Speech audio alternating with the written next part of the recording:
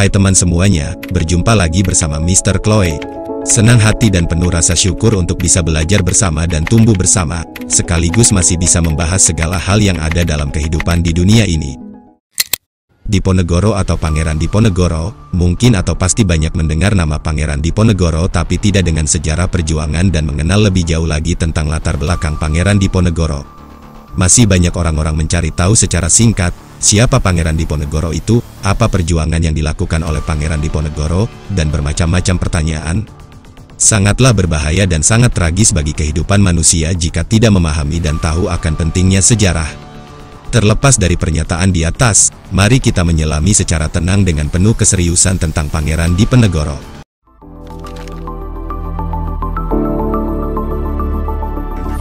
Kak Chloe. Sering disebut Pangeran Diponegoro oleh orang-orang.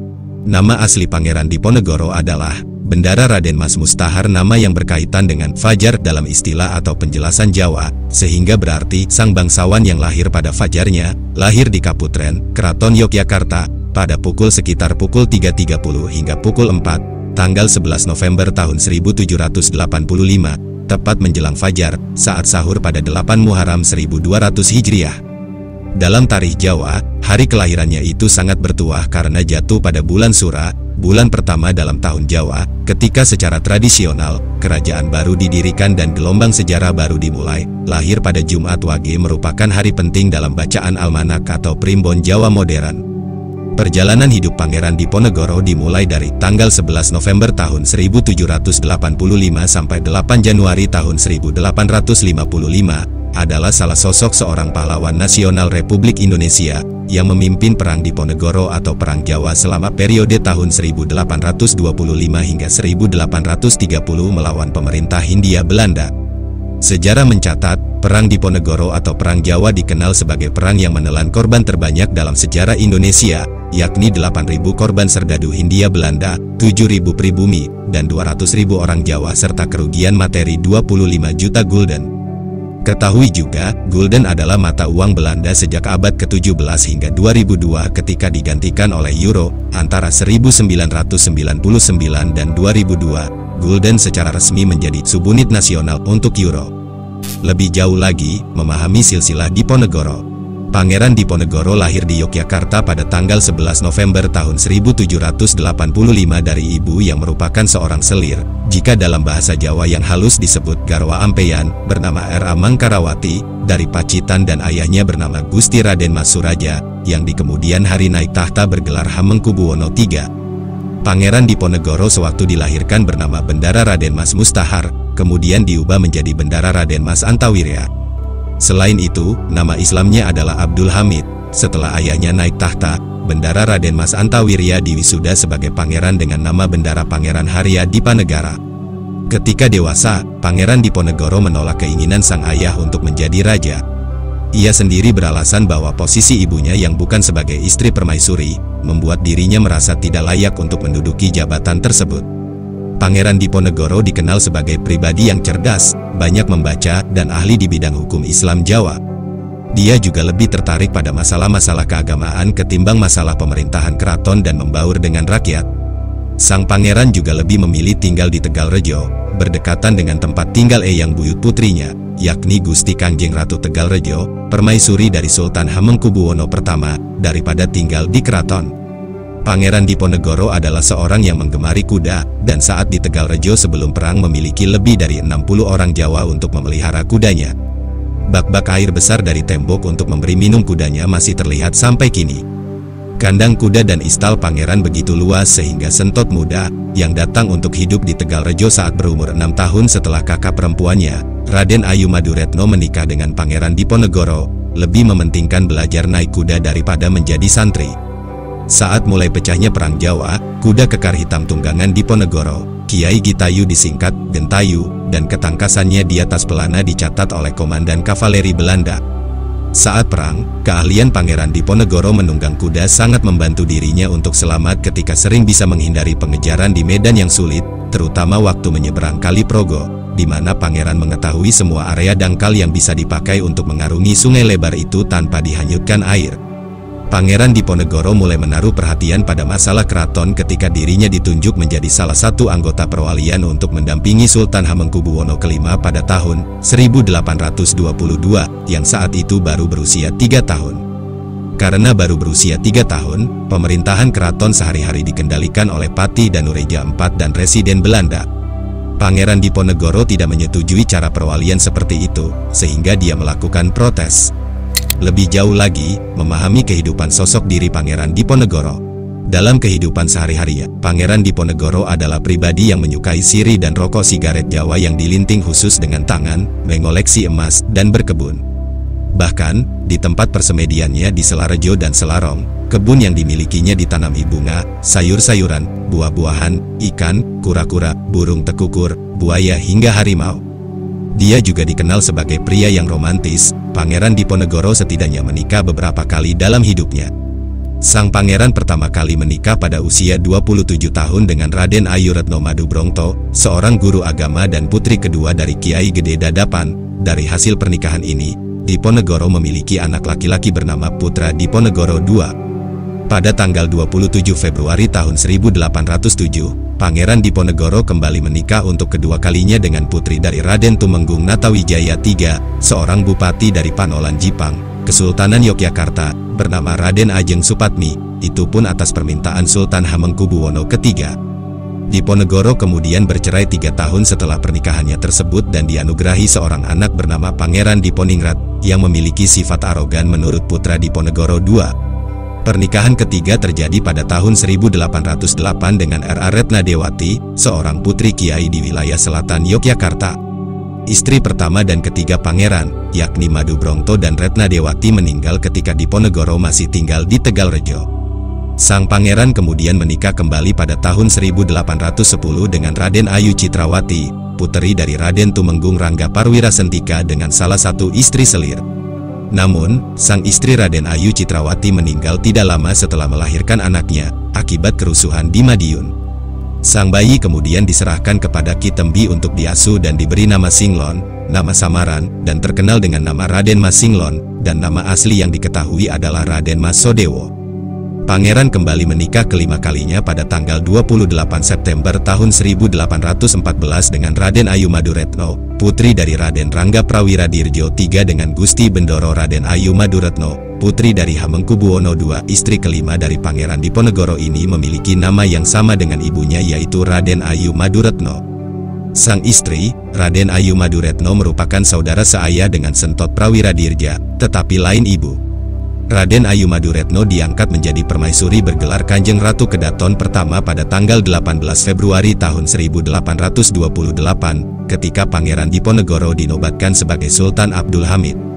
Pada Januari tahun 1828, sang pangeran kembali menikah untuk ke-6 kalinya dengan Raden Ayu Retnoningrum, putri Pangeran Penengah atau Dipawiyana II. Ketujuh menikah dengan Raden Ayu Retnaningsih, putri Raden Tumenggung Sumaprawira, seorang bupati Jipang Kepadangan. Kemudian, yang ke-8 dengan R.A. Retnakumala, putri Kiai Guru Kasongan.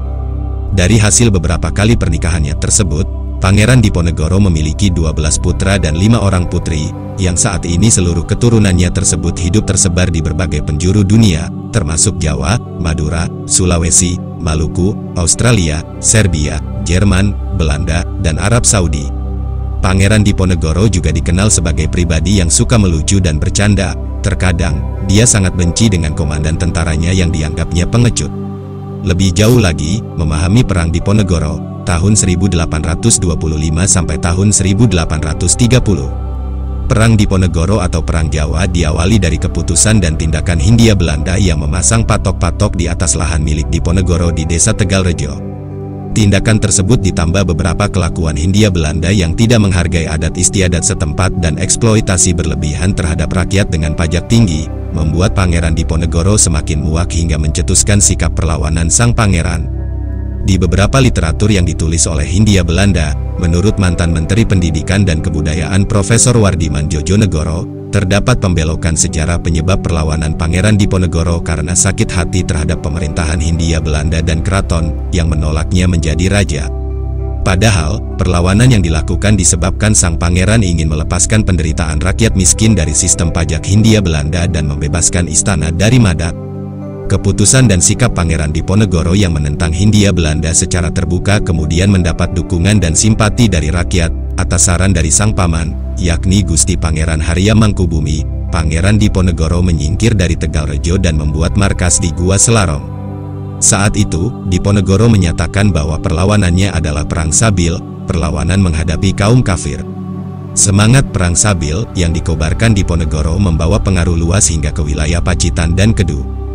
Medan pertempuran perang Diponegoro mencakup Yogyakarta, Kedu, Bagelen, Surakarta, dan beberapa daerah seperti Banyumas, Wonosobo, Banjarnegara, Weleri, Pekalongan, Tegal, Semarang, Demak, Kudus, Purwodadi, Parakan, Magelang, Madiun, Pacitan, Kediri, Bojonegoro, Tuban, dan Surabaya.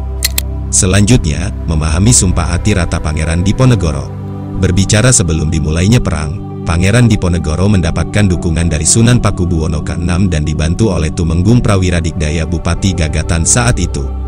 Tanggal 23 Mei tahun 1823, Pangeran Diponegoro menggalang kekuatan dengan para alim ulama dan tokoh-tokoh yang berpengaruh di wilayah Mataram. Orang pertama yang dikunjungi adalah Kiai Abdani dan Kiai Anom di Bayat, Klaten. Selanjutnya bersama Pangeran Mangkubumi menemui Kiai Maja, Kiai kepercayaan Pakubuwana IV. Kemudian dengan diantar Kiai Maja, Pangeran Dipanegara menemui Tumenggung Prawira Dikdaya di Gagatan. Tumenggung Gagatan adalah kepercayaan susuhunan Pakubuwono ke-6.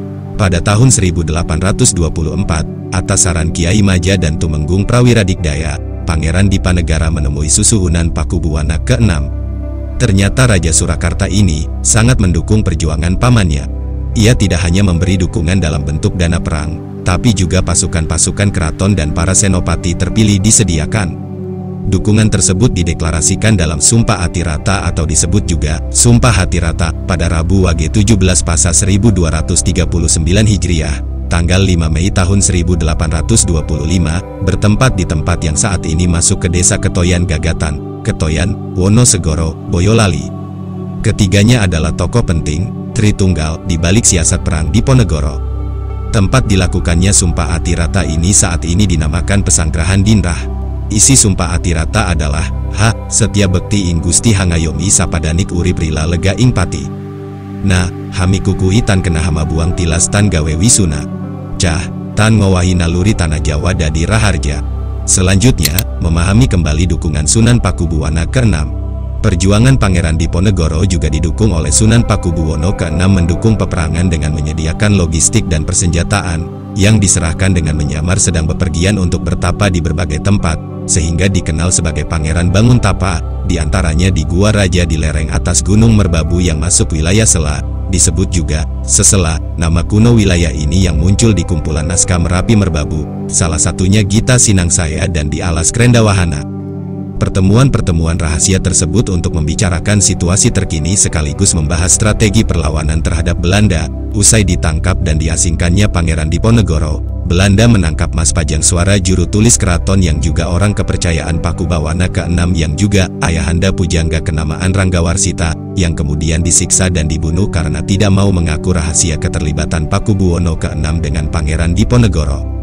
Meski tidak mengakui, Belanda memfitnah bahwa Mas Pajangsuara membongkar rahasia tersebut, dan dijadikan alasan untuk menangkap Pakubuwono ke-6 yang kemudian dibuang ke Ambon pada tanggal 8 Juni tahun 1830 dan wafat pada tanggal 2 Juni tahun 1849.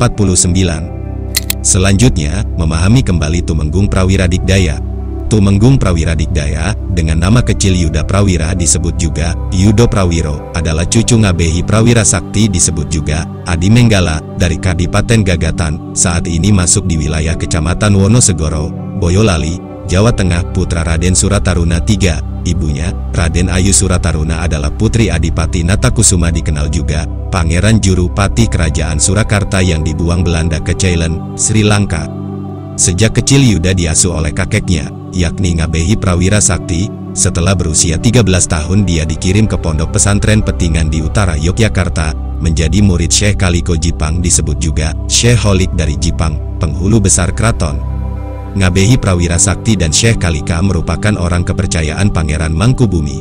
Di pondok pesantren ini, bertemu dengan Raden Mas Antawirya, sering disebut juga Pangeran Diponegoro, yang saat itu berumur 8 tahun. Ketika Syekh Kalika meninggal tahun 1798, Antawirya dikirim ke pondok pesantren Melangi asuhan Kiai Taptajani. Sebagai saudara seperguruan, Antawirya lebih menguasai ilmu kepemimpinan, ilmu hukum, tarikh Islam dan filsafat, sedangkan Yuda menguasai pengetahuan Islam dan puncak ilmu kesaktian, yang kemudian menjadi tambahan bekalnya saat menjadi Bupati Pamajegan, wilayah Tanah Raja yang menghasilkan pajak di Gagatan bergelar Raden Temenggung Prawirodikdoyo. Pada masa Pakubuwono ke-6 berkuasa, wilayah Gagatan meliputi Karanggede, Klego, Wonosegoro, hingga Juwangi. Menjelang Perang Jawa, Tumenggung Prawirodikdoyo mempersiapkan pertemuan Pangeran Diponegoro bersama Pakubuwono ke-6 melakukan Sumpah Atirata. Dalam Perang Jawa, Tumenggung Prawirodikdoyo gugur dalam peperangan, dan dimakamkan di tempat pemakaman gurunya, Syekh Kalika, di Blunya Gede di utara Yogyakarta. Selanjutnya, memahami kembali para Panglima Diponegoro. Ada beberapa tokoh karismatik yang turut bergabung dengan Pangeran Diponegoro adalah Kiai Maja, Pakubuwana ke-6, dan Raden Tumenggung Prawirodikdoyo. Pangeran Diponegoro juga dibantu oleh putranya bernama Bagus Singlon atau Kisodewa. Kisodewa melakukan peperangan di wilayah Kulon Progo dan Bagelen. Selain itu, ada beberapa ulama pendukung, yakni Kiai Imam Rafil, Bagelen, Kiai Imam Nawawi, Ngeluning Purwokerto, Kiai Hasan Basori, Banyumas, dan kiai-kiai lainnya. Selanjutnya, mengingat keterlibatan Kiai Maja. Kiai Maja IV atau Kiai Mojo memiliki nama kecil Muslim Muhammad Khalifah, merupakan buyut Kiai Mojo I atau juga disebut Raden Temenggung Citrosoma, tahun 1788 sampai tahun 1820, cucu Kiai Mojo II, putra Kiai Mojo III. Kiai Maja III yang dikenal sebagai Kiai Baderan I memiliki nama Iman Abdul Arif atau Ngabdul Ngarep, mendapat anugerah wilayah Maja, Desa Ketoyan Mojowetan, Desa Tegalrejo, Kecamatan Sawit, Boyolali, dan Baderan, saat ini masuk wilayah Sidowayah, Polanharjo, Klaten, yang saat itu masuk wilayah Pajang, bagian dari Kasunanan Surakarta, sebagai tanah perdikan dari Pakubuwana IV. Muslim Muhammad Khalifah yang kelahiran Maja meneruskan tugas ayahnya sebagai guru agama di pondok pesantren Maja, dan banyak putra dan putri dari Keraton Surakarta belajar di pesantrennya. Di kemudian hari, beliau terkenal sebagai Kiai Maja IV. Ibu Kiai Maja, yakni R.A. Mursilah, adalah saudara perempuan Sultan Hamengkubuwono III. Jalinan persaudaraan dirinya dengan Pangeran Diponegoro kian erat setelah Kiai Maja menikah dengan janda Pangeran Mangkubumi yang merupakan paman dari Pangeran Diponegoro. Tak heran, Diponegoro memanggil Kiai Maja dengan sebutan paman, meski relasi keduanya adalah saudara sepupu. Kiai Maja turut bergabung sejak hari pertama pasukan Diponegoro tiba di Gua Selarong. Pengaruh dukungan Kiai Maja terhadap perjuangan Diponegoro begitu kuat karena ia memiliki banyak pengikut dari berbagai lapisan masyarakat. Kiai Maja yang dikenal sebagai ulama penegak ajaran Islam ini bercita-cita tanah Jawa dipimpin oleh pemimpin yang mendasarkan hukumnya pada syariat Islam. Semangat memerangi Belanda yang merupakan musuh Islam dijadikan taktik perang suci. Oleh sebab itu, kekuatan Diponegoro kian mendapat dukungan terutama dari tokoh-tokoh agama yang berafiliasi dengan Kiai Maja. Menurut Peter Carey, 2016, dalam Takdir, riwayat Pangeran Diponegoro tahun 1785 sampai tahun 1855 disebutkan bahwa sebanyak 112 kiai, 31 haji, serta 15 syekh dan puluhan penghulu berhasil diajak bergabung. Pada tanggal 12 November tahun 1828, Kiai Maja dan para pengikutnya disergap di daerah Melangi, Sleman, dekat Sungai Bedok, kemudian dibawa ke Salatiga.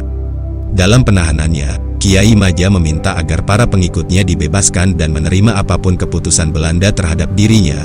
Belanda mengabulkan permintaan tersebut dan hanya menyisakan Kiai Maja beserta orang-orang dekatnya dan beberapa tokoh berpengaruh, sementara sebagian besar pengikutnya dilepaskan.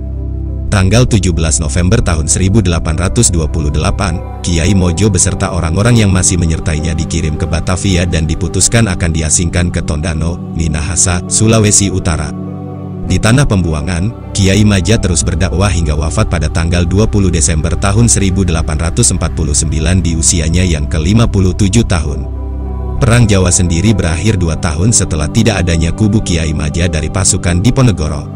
Selanjutnya, mendalami keterlibatan Sentot Prawirodirjo. Selain dari itu, pendukung lainnya adalah Sentot Ali Basya Abdul Mustopo Prawirodirjo atau dikenal dengan Sentot Ali Pasa atau juga Sentot Ali Basya, putra dari Ronggo Prawirodirjo III yang menjabat sebagai Bupati Monjonegoro Timur, ipar Sultan Hamengkubuwono IV, yang terbunuh oleh Hindia Belanda pada zaman pemerintahan Gubernur Daendels. Menurut sejarawan Sukanto, Sentot bergabung pada tanggal 28 Juli tahun 1826, sedangkan menurut Peter Carey, Sentot bergabung ketika berumur 17 tahun pada Agustus tahun 1825 di Selarong. Pada Agustus tahun 1828, salah satu panglima Diponegoro bernama Gusti Basah gugur dan sebelum meninggal, ia meminta sang pangeran menunjuk Sentot sebagai penggantinya. Setelah diangkat menjadi senopati, Sentot berhasil memukul mundur tentara Solewin di Progo Timur pada tanggal 5 September tahun 1828. Beberapa minggu kemudian, Sentot juga berhasil memenangkan peperangan di Bagelen dan Banyumas. Strategi perang yang digunakan Sentot adalah penggerebekan dengan menggempur sekeras-kerasnya dengan pasukan penuh. Sentot juga dikenal pandai dalam perang gerilya.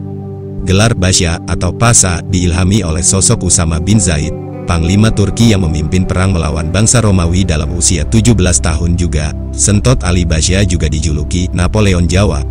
Sentot memimpin pasukan sebanyak 1.000 orang dengan menyandang senjata dan mengenakan jubah dan sorban. Struktur pasukannya pun mirip seperti pasukan Turki Utsmani. Sentot juga berhasil memenangkan peperangan di Kroya dan merampas 400 pucuk senjata, meriam berikut mesiunya serta menawan ratusan serdadu Hindia Belanda. Untuk menangkap Sentot, Jenderal de Kock membujuk Bupati Madiun, Prawirodiningrat, yang merupakan kakaknya, agar bersedia berunding dengan Hindia Belanda. Atas bujukan kakaknya tersebut, Sentot kemudian menerima tawaran Belanda untuk datang ke Yogyakarta dan disambut dengan upacara militer seperti seorang jenderal pada tanggal 24 Oktober tahun 1829 hingga akhirnya disergap dan ditangkap. Setelah menyerah dalam perang Diponegoro, Sentot sempat dikirim ke Salatiga, Batavia, hingga akhirnya Hindia Belanda mengirimnya ke Sumatera Barat untuk membasmi pemberontakan ulama dalam Perang Padri. Namun ini hanya strategi Sentot agar berhasil mendapatkan persenjataan untuk membantu perjuangan tuanku Imam Bonjol.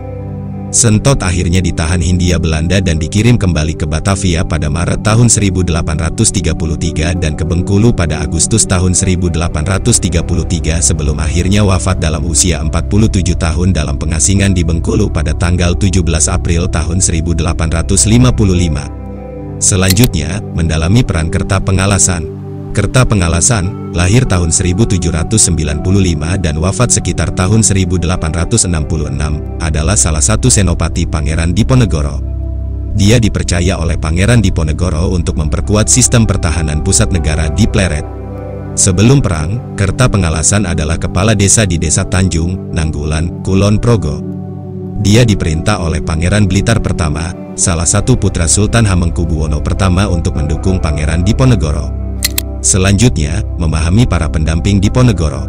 Selain para panglima perang, Pangeran Diponegoro juga didampingi oleh para pendamping yang sering disebut sebagai Panakawan, pengiring, yakni Joyo Suroto, Roto, Banteng Wareng, Sahiman, Rujak Beling, Kasimun, Wangsa Dikrama, dan Eplak, Rujak Gadung. Mereka para Panakawan disebut juga sebagai bocah becik, anak baik, dan berperan bergantian sebagai abdi pengiring, guru, penasihat, peracik obat, pembanyol, hingga penafsir mimpi. Selanjutnya, tentang keterlibatan Joyo Suroto. Joyo Suroto, dipanggil juga Roto, adalah Panakawan yang selalu ada di setiap perjalanan sang pangeran sejak awal perjuangan hingga perjalanan sebagai tahanan menuju pengasingan. Roto bahkan ikut dalam kereta kuda Residen Kedu menuju Semarang dan bertugas membawa kotak sirih. Roto juga menjaga kamar Pangeran Diponegoro dengan tidur di depan pintu kamarnya ketika sang pangeran telah tiba dan menginap selama seminggu di Wisma Residen Bojong, Semarang. Dia menyajikan roti putih yang dipanggang setiap pagi berikut kentang Walanda.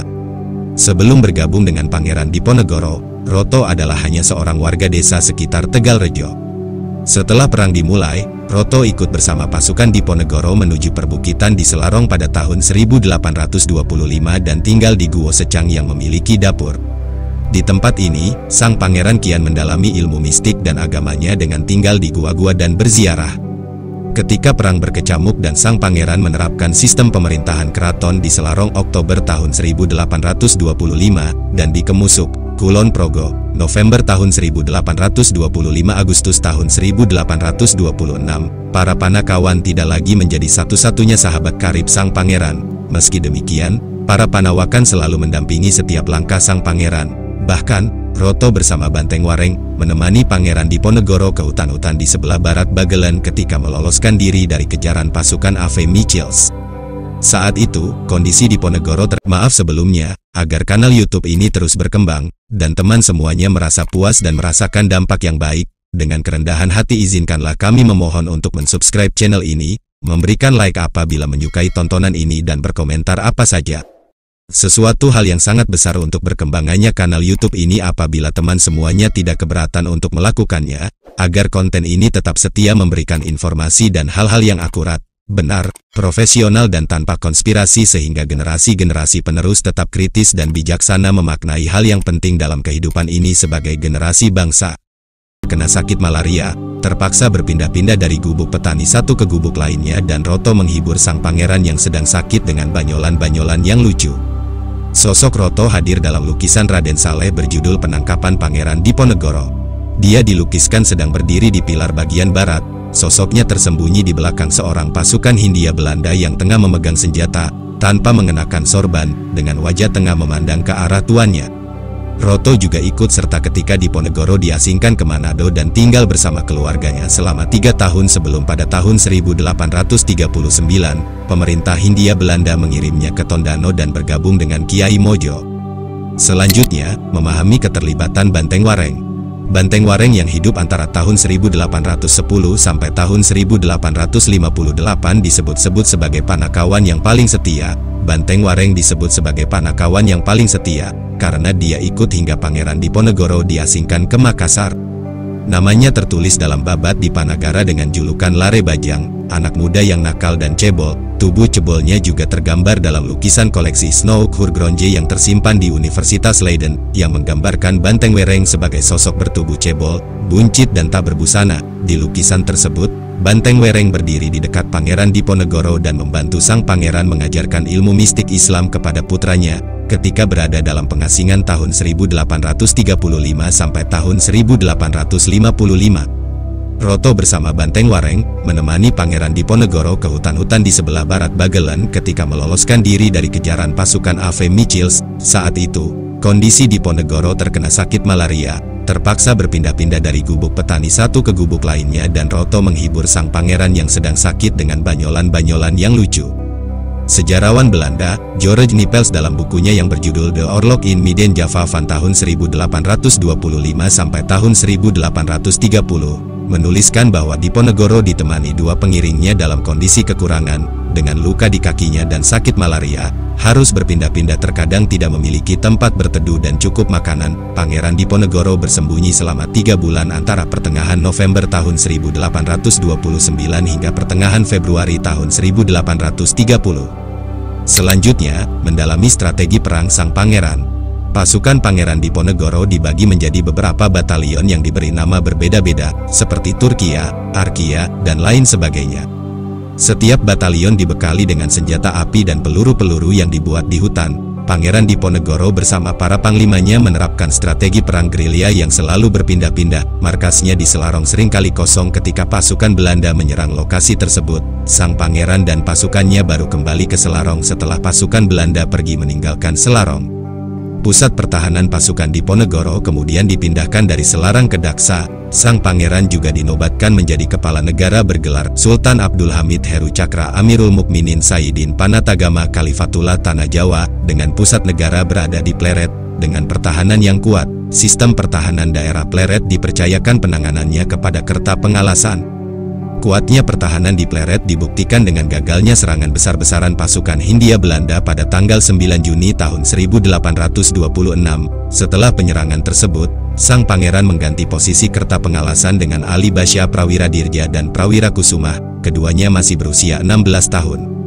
Setelah itu, masih di bulan dan tahun yang sama, pasukan Hindia Belanda menyerang markas Diponegoro di Daksa, tetapi sudah dikosongkan. Ketika pasukan Hindia Belanda kembali dari Daksa menuju Yogyakarta, pasukan Diponegoro menyergap dan membinasakan seluruh pasukan dan menghilang dari Daksa.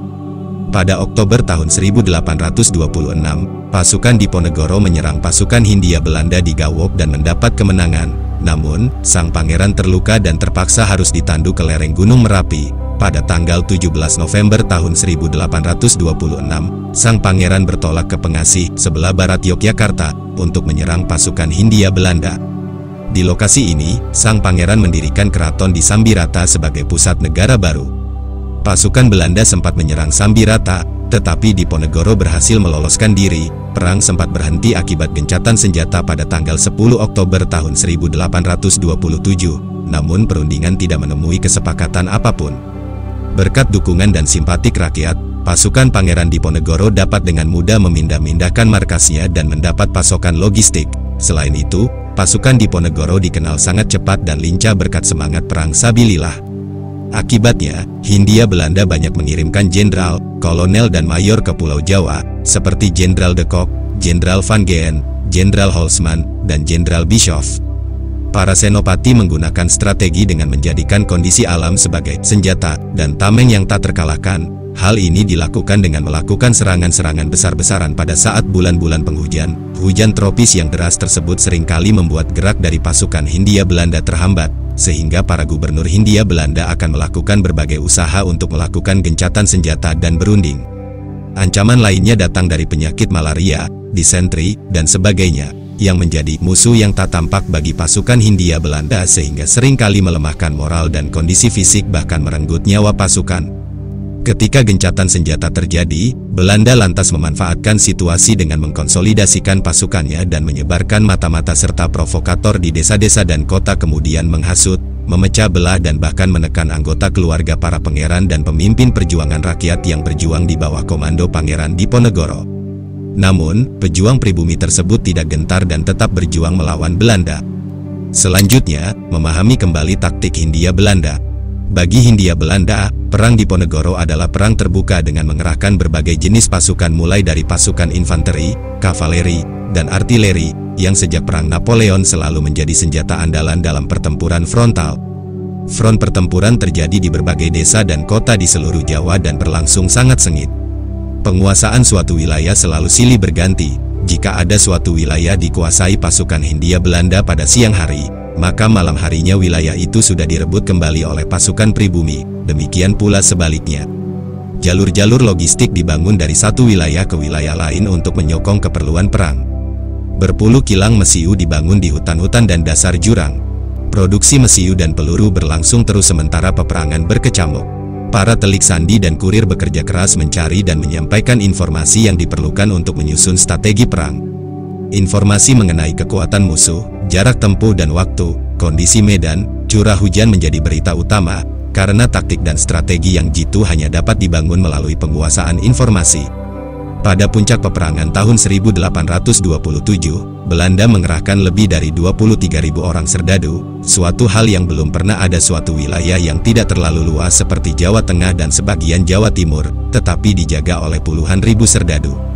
Dari sudut kemiliteran, ini adalah perang pertama yang melibatkan semua metode yang dikenal dalam sebuah perang modern. Baik metode perang terbuka, open warfare, maupun metode perang gerilya dalam bahasa lain, guerrilla warfare, yang dilaksanakan melalui taktik hit and run dan pengadangan. Ini bukan sebuah perang suku, melainkan suatu perang modern yang memanfaatkan berbagai siasat yang saat itu belum pernah dipraktikkan. Perang ini juga dilengkapi dengan taktik perang urat saraf atau disebut juga psy war, melalui insinuasi dan tekanan-tekanan serta provokasi oleh pihak Belanda terhadap mereka yang terlibat langsung dalam pertempuran, dan kegiatan telik sandi, spionase, dengan kedua pihak saling memata-matai dan mencari informasi mengenai kekuatan dan kelemahan lawannya. Berbagai cara licik juga terus dilakukan Hindia Belanda untuk menangkap Diponegoro. Bahkan sayembara pun dipergunakan dengan mengeluarkan maklumat pada tanggal 21 September tahun 1829 bahwa siapapun yang dapat menangkap Pangeran Diponegoro baik hidup atau mati, akan diberi hadiah sebesar 50.000 gulden, beserta tanah dan penghormatan. Perubahan strategi Hindia Belanda terjadi ketika Gubernur Jenderal de Kock diangkat menjadi Panglima seluruh Hindia Belanda tahun 1827. Untuk membatasi ruang gerak dan strategi gerilya Pangeran Diponegoro, de Kock menggunakan strategi perbentengan dikenal dengan strategi benteng Stelsel. Benteng-benteng dengan kawat berduri didirikan begitu pasukan Hindia Belanda berhasil merebut daerah kekuasaan pasukan Diponegoro.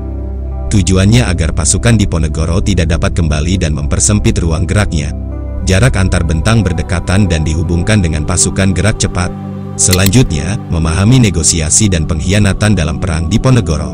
Pada tanggal 16 Februari tahun 1830, Diponegoro setuju untuk bertemu dengan utusan Jenderal de Kock, yakni Kolonel Jan Baptist Clarence, dan mengutus Kiai Peki Ibrahim dan Haji Badarudin agar Clarence bisa datang ke Remo Kamal, Bagelen, sekarang masuk wilayah Kabupaten Purworejo, di hulu sungai Cingcingguling. Pertemuan pada tanggal 20 Februari tahun 1830 tersebut tidak menghasilkan kesepakatan, meski berjalan lancar dan akrab. Akhirnya, Diponegoro ingin bertemu langsung dengan de Kock yang ketika itu berada di Batavia dan bermaksud menunggunya di Bagelen Barat. Namun, Clarence menyarankan agar Diponegoro menunggu de Kock di Menoreh dan sang pangeran tiba pada tanggal 21 Februari tahun 1830 dan dielu-elukan oleh 700 pengikutnya. Ketika itu, bulan Ramadan berlangsung mulai tanggal 25 Februari hingga tanggal 27 Maret tahun 1830 dan Pangeran Diponegoro menegaskan kepada de Kock bahwa selama pertemuan di bulan puasa tidak akan ada diskusi yang serius dan hanya ramah tamah biasa hingga bulan Ramadan berakhir, dan de Kock menyetujuinya. Selama tinggal di Magelang, seluruh pasukan dan pengikut Pangeran Diponegoro ditandai dengan sorban dan jubah hitam yang diberikan oleh Clarence. Sikap manis ditunjukkan de Kock kepada Pangeran Diponegoro dengan memberikan hadiah seekor kuda berwarna abu-abu dan uang 10.000 francs yang dicicil 2 kali untuk membiayai para pengikutnya selama bulan puasa. Bahkan, de Kock mengizinkan istri sang pangeran, ibunya, kedua putra dan putrinya yang masih kecil, yakni Raden Mas John dan Raden Mas Raid, putra tertuanya bersama Panglima Diponegoro di Kedu Utara, Basa Imam Musbah, hadir dan bergabung di Magelang. Dalam pikiran de Kock, kedatangan Diponegoro dan pengikutnya secara sukarela menunjukkan Pangeran maaf sebelumnya, mengingatkan kembali untuk kedua kalinya, agar kanal YouTube ini terus berkembang, dan teman semuanya merasa puas dan merasakan dampak yang baik. Dengan kerendahan hati izinkanlah kami memohon untuk mensubscribe channel ini, memberikan like apabila menyukai tontonan ini dan berkomentar apa saja. Sesuatu hal yang sangat besar untuk berkembangannya kanal YouTube ini apabila teman semuanya tidak keberatan untuk melakukannya, agar konten ini tetap setia memberikan informasi dan hal-hal yang akurat, benar, profesional dan tanpa konspirasi sehingga generasi-generasi penerus tetap kritis dan bijaksana memaknai hal yang penting dalam kehidupan ini sebagai generasi bangsa. Diponegoro telah kalah secara de facto. Sementara itu, selama bulan puasa, de Kock bertemu dengan sang pangeran sebanyak 3 kali, yakni sebanyak 2 kali saat jalan subuh di Taman Karesidenan dan 1 kali ketika de Kock datang sendiri ke pesanggarahan sang pangeran. Namun, mata-mata yang ditanamkan Residen Falk di Kesatuan Diponegoro, Tumenggung Mangunkusumo, melaporkan bahwa sang pangeran tetap bersikeras mendapatkan pengakuan Hindia Belanda sebagai Sultan Jawa bagian selatan ataupun sebagai Ratu Panetek Panatagama wonten ing Tanah Jawa Sedaya, raja dan pengatur agama di seluruh Tanah Jawa atau kepala agama Islam. Setelah itu, pada tanggal 25 Maret tahun 1830, de Kock memberi perintah rahasia kepada 2 komandannya, yakni Letnan Kolonel Louis Duperon dan Mayor A.V. Michels, mempersiapkan perlengkapan militer untuk mengamankan penangkapan sang pangeran. Akhirnya pada tanggal 28 Maret tahun 1830, bertepatan dengan hari Idul Fitri, Jenderal de Kock bertemu dengan Pangeran Diponegoro. Jenderal de Kock didampingi Residen Kedu Falk, Letkol Roes, Perwira de Kock, Mayor FVHA de Stuers, dan penerjemah bahasa Jawa, Kapten J.J. Rufes. Pangeran Diponegoro didampingi ketiga putranya, penasihat agama, 2 punakawan, dan Panglima Basa Mertanegara. De Kock memulai pertemuan dengan meminta agar Pangeran Diponegoro tidak usah kembali ke Metesi. Sang pangeran merasa heran dan mempertanyakan kembali kepada de Kock kenapa tidak diizinkan kembali, padahal dia hanya bersilaturahmi menjelang akhir bulan puasa. De Kock langsung bicara akan menahan Diponegoro dan suasana pun langsung berubah tegang. Diponegoro langsung meresponsnya dengan menanyakan ada masalah apa sehingga dirinya harus ditahan. Dia merasa tidak bersalah dan tidak menaruh benci kepada siapapun. Mertanegara menyela perbicaraan dan meminta agar masalah politik bisa diselesaikan lain waktu. De Kock langsung memotong perbicaraan dan menegaskan dengan nada tinggi, dengan mengatakan terserah pangeran setuju atau tidak, dia akan menuntaskan masalah politik hari itu juga. Diponegoro langsung berbicara dan menuding Jenderal de Kock sangat dan hatinya busuk karena keputusannya terburu-buru dan tidak pernah dibicarakan sebelumnya selama bulan puasa. Sang pangeran langsung berbicara bahwa dia tidak memiliki keinginan lain, kecuali pemerintah Hindia Belanda mengakuinya sebagai kepada agama Islam di Jawa dan gelar Sultan yang disandangnya. Jenderal de Kock kemudian memerintahkan Letkol Roes agar Du Peron menyiapkan pasukan. Diponegoro kemudian berbicara dengan situasi seperti itu dan karena sifat jahatmu, dirinya tidak takut mati, dia tidak takut dibunuh dan tidak bermaksud menghindarinya. De Kock terhenyak mendengar sikap keras Pangeran Diponegoro dan dengan suara lirih berbicara bahwa dirinya tidak akan membunuh sang pangeran, tetapi juga tidak akan memenuhi keinginan sang pangeran. Sempat terbersit dalam benak Diponegoro untuk menghujam keris ke tubuh De Kock, namun niatannya diurungkan karena akan merendahkan martabatnya. Setelah meminum teh dan menghampiri pengikutnya, sang pangeran beranjak keluar dan Pangeran Diponegoro pun berhasil ditangkap. Sewaktu di Ungaran dalam perjalanannya ke Batavia menuju tempat pengasingan dengan dikawal oleh perwira Belanda, Pangeran Diponegoro berbicara cukup panjang dengan Kapten Rups dalam bahasa Jawa tentang berbagai hal mengenai negosiasi yang baru terjadi dan mengatakan bahwa mendapat kesan kalau dalam negosiasi itu dia tidak dapat mencapai kesepakatan dengan Jenderal de Kock. Mereka akan mengizinkan dia kembali ke pegunungan Banyumas tanpa dihalang-halangi. Ini merujuk pada janji yang konon diberikan secara lisan kepada Pangeran Diponegoro dalam negosiasi damai awal di Remo Kamal, Banyumas, pada tanggal 16 Februari tahun 1830 oleh Kolonel Jan Baptist Clarence, perwira Belanda yang bertanggung jawab atas negosiasi tersebut. Clarence seakan berjanji kepada Pangeran Diponegoro bahwa sang pangeran akan diizinkan untuk kembali ke pegunungan Banyumas seandainya negosiasi dengan Jenderal de Kock di Magelang tidak membuahkan hasil yang memuaskan baginya. Jaminan ini diabaikan oleh Jenderal de Kock ketika dia menahan Pangeran Diponegoro, tetapi Pangeran Diponegoro kemudian secara tidak langsung mengingatkan Clarence melalui sepucuk surat yang dikirimkannya dari Makassar pada tanggal 14 Desember tahun 1835. Sang pangeran bersedia menyerahkan diri dengan syarat sisa anggota laskarnya dilepaskan. Setelah ditangkap di Magelang, Pangeran Diponegoro diasingkan ke gedung Karesidenan Semarang, di Ungaran, lalu dibawa ke Batavia pada tanggal 5 April tahun 1830 dengan menggunakan kapal Pollux. Pangeran Diponegoro tiba di Batavia pada tanggal 11 April tahun 1830 dan ditawan di Staduis, gedung Museum Fathahillah. Selanjutnya pada tanggal 30 April tahun 1830, Pangeran Diponegoro diasingkan ke Manado bersama istri keenamnya bersama Tumenggung Dipasena dan istrinya serta para pengikut lainnya seperti Mertaleksana, Banteng Wereng, dan Nyai Sotaruna. Mereka tiba di Manado pada tanggal 3 Mei tahun 1830 dan ditawan di Benteng Neo Amsterdam, tahun 1834. Diponegoro dipindahkan ke Makassar hingga wafatnya di Benteng Rotterdam tanggal 8 Januari tahun 1855. Pangeran Hendrik yang ayahnya kelak menjadi Raja Willem II, tahun 1840 sampai tahun 1849, menulis dalam buku hariannya saat bertemu dengan Pangeran Diponegoro saat dalam penggasingannya di Benteng Rotterdam, pada tanggal 7 Maret tahun 1837. Di dalamnya dia mengkritik cara pihak Belanda, khususnya Jenderal de Kock, memperlakukan Diponegoro karena memiliki dampak politik yang sangat buruk di daerah Hindia Belanda.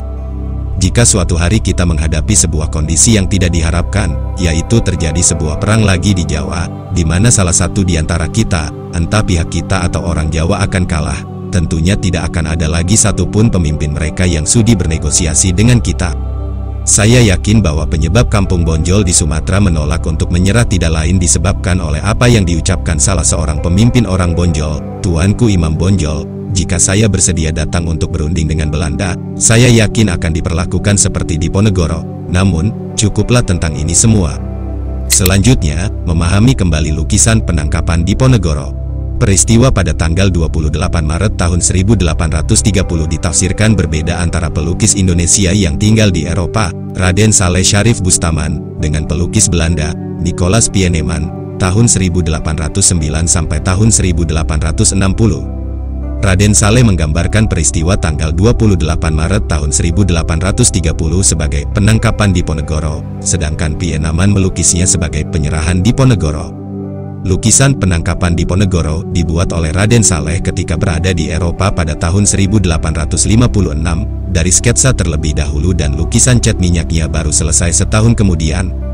Pada tanggal 12 Maret tahun 1857, Raden Saleh menunjukkan lukisannya tersebut kepada temannya di Jerman, bernama Duke Ernest II, dengan judul Ein historisches Tableau, Die Gefangennahme des javanischen Häuptlings Diponegoro, dalam bahasa Indonesia, lukisan bersejarah tentang penangkapan seorang pemimpin Jawa di Diponegoro. Raden Saleh kemudian memberikan lukisannya sebagai hadiah kepada Raja Belanda, Willem III. Raden Saleh melukis peristiwa tersebut dari sisi kiri gedung, sehingga bendera Belanda yang dilukiskan oleh Pieneman tidak terlihat.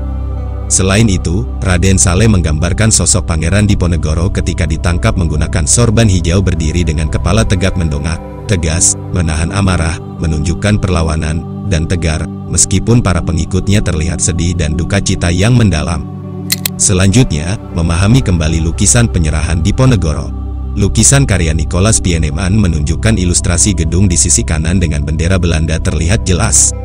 Sosok Pangeran Diponegoro dalam lukisannya terlihat lesu dan pasrah, meskipun tergambarkan tidak menunduk. Sementara itu, sosok Jenderal de Kock dilukiskan lebih tinggi, tegas, garang, dan berwibawa.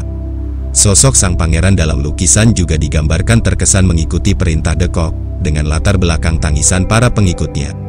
Selain itu, posisi anak tangga tempat berdiri sang pangeran berada di bawah de Kock yang menyiratkan posisi perbedaan derajat di antara mereka dan posisi tawanan dan penguasa. Selanjutnya, memahami pengertian keberlanjutan perang. Perang melawan penjajah lalu dilanjutkan oleh para putra Pangeran Diponegoro, yakni Ki Sodewa atau Bagus Singlon, Dipaningrat, Dipanegara Anom, dan Pangeran John yang terus-menerus melakukan perlawanan walaupun harus berakhir tragis. 4 putra Pangeran Diponegoro dibuang ke Ambon, sedangkan Pangeran John dan Ki Sodewa terbunuh dalam peperangan. Selama perang, kerugian pihak Belanda tidak kurang dari 15.000 tentara, terdiri atas 8.000 tentara Belanda dan 7.000 tentara pribumi serta kerugian materi sebesar 25 juta gulden. Berakhirnya Perang Jawa juga merupakan akhir perlawanan bangsawan Jawa. Perang Jawa ini banyak memakan korban di pemerintah Hindia sebanyak 8.000 serdadu berkebangsaan Eropa, 7.000 pribumi, dan 200.000 orang Jawa. Dampaknya, setelah perang, jumlah penduduk Yogyakarta menyusut separuhnya. Lebih jauh lagi, memahami dari akhir hayat Diponegoro. Ketika ditangkap dan akan diasingkan ke Manado dengan menggunakan kapal Pollux, kondisi Pangeran Diponegoro sudah dalam keadaan lemah, muntah-muntah akibat mabuk laut, dan terkena malaria. Di atas kapal, Letnan Noel, yang merupakan ajudan dari Gubernur Jenderal Van den Bosch, arsitek tanam paksa, mengawal pengasingan Diponegoro. Seringkali mereka berdua terlibat dalam percakapan dan salah satu percakapannya adalah ketika Diponegoro mempertanyakan kepada Norley, apakah sudah menjadi kebiasaan bangsa Eropa untuk mengasingkan pemimpin yang kalah perang ke sebuah pulau terpencil yang jauh dari sanak saudaranya. Mendapat pertanyaan itu, Norley menjawab bahwa Pangeran Diponegoro diperlakukan sama dengan Napoleon Bonaparte, yang sama-sama diasingkan dalam usia 40 tahunan. Norley mengatakan pemerintahan Hindia Belanda tidak ingin peristiwa Napoleon yang ditangkap dan diasingkan ke Pulau Elba berhasil kabur dan memimpin perang lagi lalu berhasil dikalahkan sehingga dibuang ke pulau yang lebih terasing lagi, yakni Saint Helena hingga wafat. Pangeran Diponegoro dan rombongannya, yakni istri, maaf lagi sebelumnya, mengingatkan kembali untuk yang terakhir kali, agar kanal YouTube ini terus berkembang, dan teman semuanya merasa puas dan merasakan dampak yang baik. Dengan kerendahan hati izinkanlah kami memohon untuk mensubscribe channel ini, memberikan like apabila menyukai tontonan ini dan berkomentar apa saja. Sesuatu hal yang sangat besar untuk berkembangannya kanal YouTube ini apabila teman semuanya tidak keberatan untuk melakukannya, agar konten ini tetap setia memberikan informasi dan hal-hal yang akurat, benar, profesional dan tanpa konspirasi sehingga generasi-generasi penerus tetap kritis dan bijaksana memaknai hal yang penting dalam kehidupan ini sebagai generasi bangsa. Terima kasih. Ki Ika Kloy, tumbuh bersama anaknya, dan 23 pengikutnya tiba di Manado pada tanggal 12 Juni tahun 1830. Awalnya, Diponegoro akan ditempatkan di Tondano, tetapi Norley diberitahu oleh Peter Matt, seorang residen setempat bahwa Kiai Maja beserta 62 pengikutnya baru saja tiba di Tondano dari Ambon, sehingga akhirnya Norley memutuskan Diponegoro ditahan di Benteng Manado untuk sementara waktu agar tidak ketemu dengan Kiai Maja. Diponegoro berada di Benteng Manado atau Fort Neo Amsterdam sejak Juni tahun 1830 hingga Juni tahun 1833. Setelah beberapa tahun di Manado, ia dipindahkan ke Makassar pada Juli tahun 1833 di mana ia ditahan di dalam Fort Rotterdam karena Belanda percaya bahwa penjara tidak cukup kuat untuk menampungnya. Terlepas dari status tahanannya, istrinya Ratnaningsih dan beberapa pengikutnya menemaninya ke pengasingan dan dia menerima pengunjung terkenal termasuk Pangeran Henry Belanda yang berusia 16 tahun pada tahun 1837. Diponegoro juga menyusun manuskrip tentang sejarah Jawa dan menulis autobiografinya, Babat Dipanegara, selama pengasingannya. Kesehatannya menurun karena usia tua. Diponegoro kemudian meninggal pada tanggal 8 Januari tahun 1855. Pukul 6.30 pagi, 7 hari kemudian, anak dan istrinya memutuskan untuk tetap tinggal di Makassar. Menurut Peter Carey, Gubernur Jenderal A.J. Duimaer van Twist mengeluarkan perintah rahasia bahwa keluarga Diponegoro tetap diperlakukan sebagai orang dalam pengasingan dan hanya diperbolehkan berada di Makassar, tetapi mereka mendapatkan tunjangan 6.000 gulden yang dibayarkan melalui Keraton Yogyakarta. Pada tahun 1885, sang istri yakni Raden Ayu Retnoningsih meninggal dunia. Raden Ayu Retnoningsih dimakamkan di Kampung Jera. Kampung Jera atau Kampung Pemakaman berada di lokasi Kampung Melayu. Raden Ayu Retnoningsih dimakamkan di samping makam Pangeran Diponegoro. Lebih jauh lagi, pengertian dalam peninggalan bersejarah. Pengertian Babat Dipanagara merupakan kumpulan puisi disebut juga Macapat atau puisi tradisional Jawa atau tembang, setebal 1170 halaman folio, yang menceritakan sejarah Nabi, sejarah Pulau Jawa dari zaman Majapahit hingga perjanjian Giyanti, Mataram, yang dituturkan langsung oleh Pangeran Diponegoro sendiri dan ditulis oleh juru tulis sejak Mei tahun 1831 hingga Februari tahun 1832 ketika sang pangeran diasingkan di Manado. Tulisannya menggunakan aksara Arab Pegon, tanpa tanda baca, dan aksara Jawa. Namun, naskah asli Babat Dipanagara, menurut sejarawan Peter Carey, sudah hilang. Yang ada hanyalah salinan yang saat ini tersimpan di Perpustakaan Nasional dan di Rotterdam, Belanda. Babat Dipanagara kemudian diakui oleh Organisasi Pendidikan, Ilmu Pengetahuan, dan Kebudayaan, UNESCO, pada Juni tahun 2013 sebagai Memori Dunia, Memory of the World disingkat MOW, yakni sebuah program untuk menghargai dan merawat catatan-catatan peristiwa kesejarahan dan budaya. Di Makassar, sang pangeran juga menulis 2 naskah primbon, yakni tentang pengaruh Qadariyah dan Naksabandiyah, aliran tasawuf, atas cara berpikir dan kebudayaan Jawa. Selanjutnya, dalam pengertian keris Diponegoro, Pangeran Diponegoro terkenal selalu membawa kerisnya. Beberapa keris yang dimilikinya adalah keris Kiai Omyang, tersimpan di Museum Sasana Wiratama Yogyakarta, keris Kiai Wisa Bintulu, tersimpan di Gedung Pusaka Keraton Yogyakarta, dan keris Kiai Naga Siluman. Keris terakhir tersebut itulah yang paling terkenal karena sempat hilang, tetapi ditemukan di Belanda dan sudah terregister dengan nomor RV 3608084. Pada tanggal 10 Maret tahun 2020, keris Kiai Naga Siluman dikembalikan kepada pemerintah Republik Indonesia secara langsung oleh Raja Willem Alexander kepada Presiden Joko Widodo. Dalam dokumen kesaksian dalam bahasa Jawa, Sentot Prawirodirjo, salah seorang Panglima Diponegoro, Sentot mengaku melihat sendiri Pangeran Diponegoro menghadiahkan keris Kiai Naga Siluman kepada Kolonel Clarence, utusan Jenderal de Kock. Ketika bertemu, tulisan Sentot tersebut berhasil dibaca oleh pelukis Raden Saleh yang juga pernah melukis tentang Pangeran Diponegoro. Keris ini kemudian oleh Clarence menjadi persembahan hadiah kepada Raja Willem I pada tahun 1831. Setelah itu, keris Kiai Naga Siluman disimpan di Koninklijk Kabinet van Zelfzaamheden disingkat KKVZ. Setelah KKVZ dibubarkan pada tahun 1883, seluruh koleksi museumnya tersebar ke berbagai museum dan keris Kiai Nogo Siluman kemudian tersimpan di Museum Volkenkunde, Leiden. Penemuan dan pengembalian keris Kiai Naga Siluman membutuhkan waktu yang lama. Pada tahun 1983, Duta Besar Belanda untuk Indonesia, Lodewijk van Gorkom menginformasikan bahwa keris Pangeran Diponegoro tersimpan di ruangan bawah tanah Rijksmuseum di Amsterdam dan meminta untuk dikembalikan. Penggantinya, yakni Frans van Dongen menulis surat kepada Peter Pot, Direktur Museum Nasional Etnologi, pada tahun 1985, meminta agar keris tersebut harus ditemukan dan dikembalikan dalam rangka peringatan 40 tahun kemerdekaan Republik Indonesia. Van Dongen kemudian menerima balasan surat dari Pot yang mengaku sudah menemukan keberadaan keris tersebut, tetapi ternyata Pot salah mengidentifikasinya. Adapun keris lainnya adalah keris Kiai Bromo Kedali dan tombak Kiai Rodan yang diserahkan Pangeran Diponegoro kepada Pangeran Diponegoro kedua yaitu Raden Mas Muhammad Ngarip juga disebut Abdul Majid.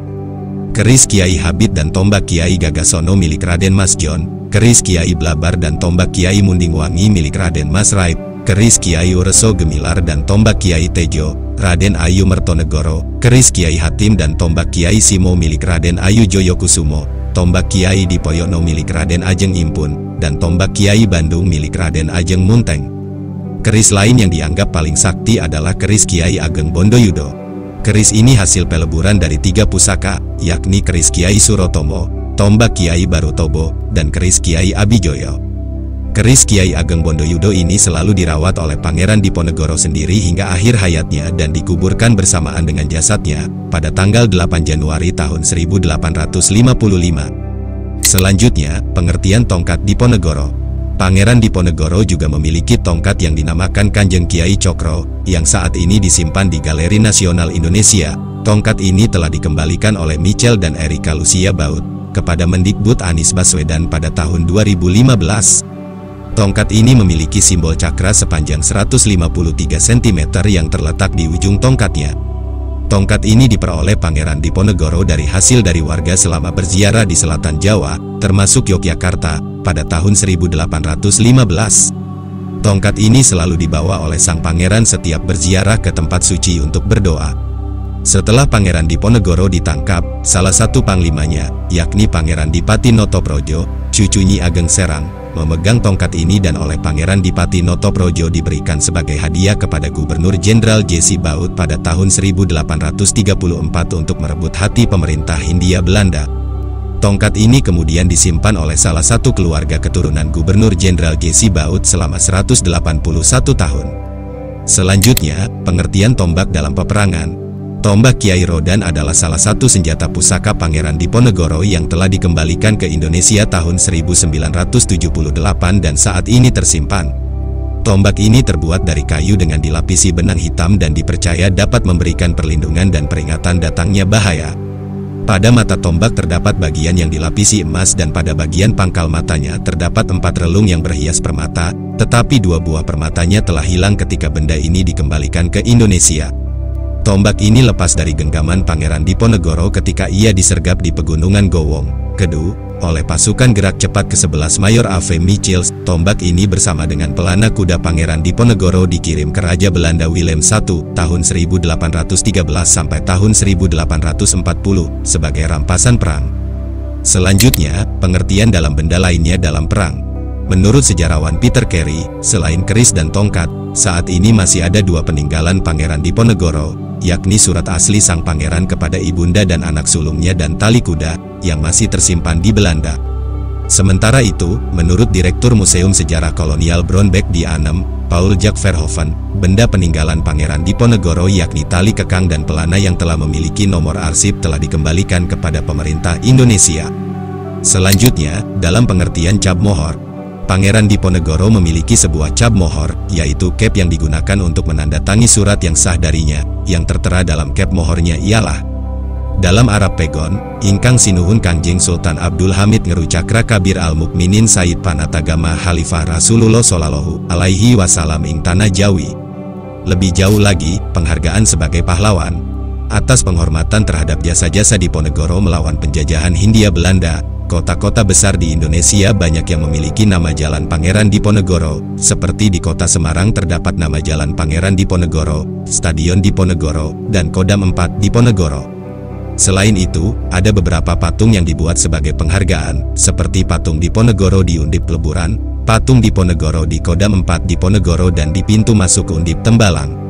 Pada masa pemerintahan Presiden Soekarno, pemerintah pernah menyelenggarakan Hail Nasional memperingati 100 tahun wafatnya Pangeran Diponegoro pada tanggal 8 Januari tahun 1955, sedangkan pengakuan sebagai pahlawan nasional diperoleh Pangeran Diponegoro pada tanggal 6 November tahun 1973 melalui Kepres nomor 87-TK-1973. Penghargaan tertinggi justru diberikan oleh dunia. Pada tanggal 21 Juni tahun 2013, UNESCO menetapkan Babat Diponegoro sebagai warisan ingatan dunia dalam bahasa Inggris yaitu Memory of the World. Babad Diponegoro merupakan naskah klasik yang dibuat sendiri oleh Pangeran Diponegoro ketika diasingkan di Manado, Sulawesi Utara, pada tahun 1832 sampai tahun 1833. Babad ini bercerita mengenai kisah hidup Pangeran Diponegoro yang memiliki nama asli Raden Mas Antawirya. Selain itu, untuk mengenang jasa Pangeran Diponegoro dalam memperjuangkan kemerdekaan, didirikanlah Museum Monumen Pangeran Diponegoro atau yang lebih dikenal dengan sebutan Sasana Wiratama di Tegalrejo, Yogyakarta, yang menempati bekas kediaman Pangeran Diponegoro. Lebih jauh lagi, memahami pengertian dalam budaya populer. Selain itu, dalam film Pahlawan Goa Selarong, 1972, Diponegoro diperankan oleh Ratno Timur, sementara dalam salah satu episode sinetron Lorong Waktu, Diponegoro diperankan oleh Andra PSP dan dipanggil sebagai Om Dip oleh Zidan. Sosok Diponegoro juga dimunculkan dalam novel Sang Pangeran dan Janisari Terakhir, 2019, karya Salim Afilah.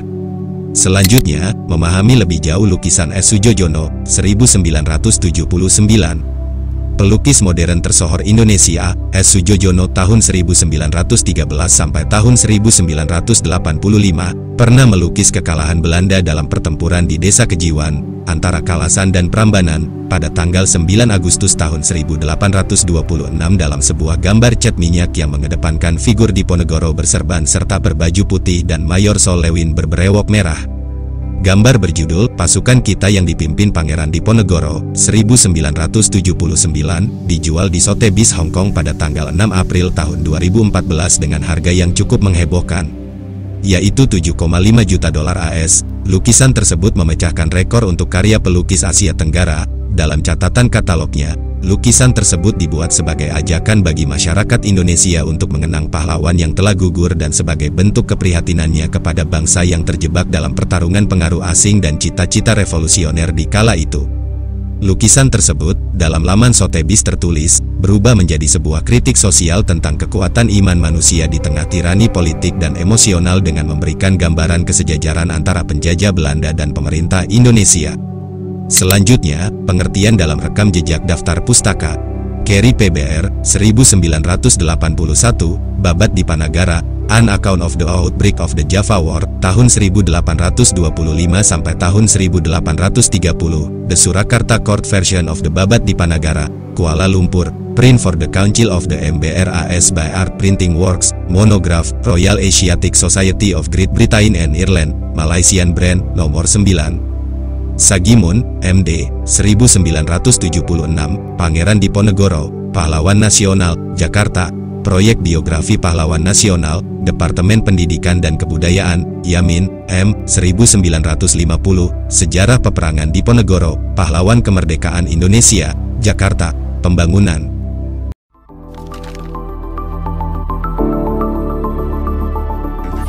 Kak Chloe.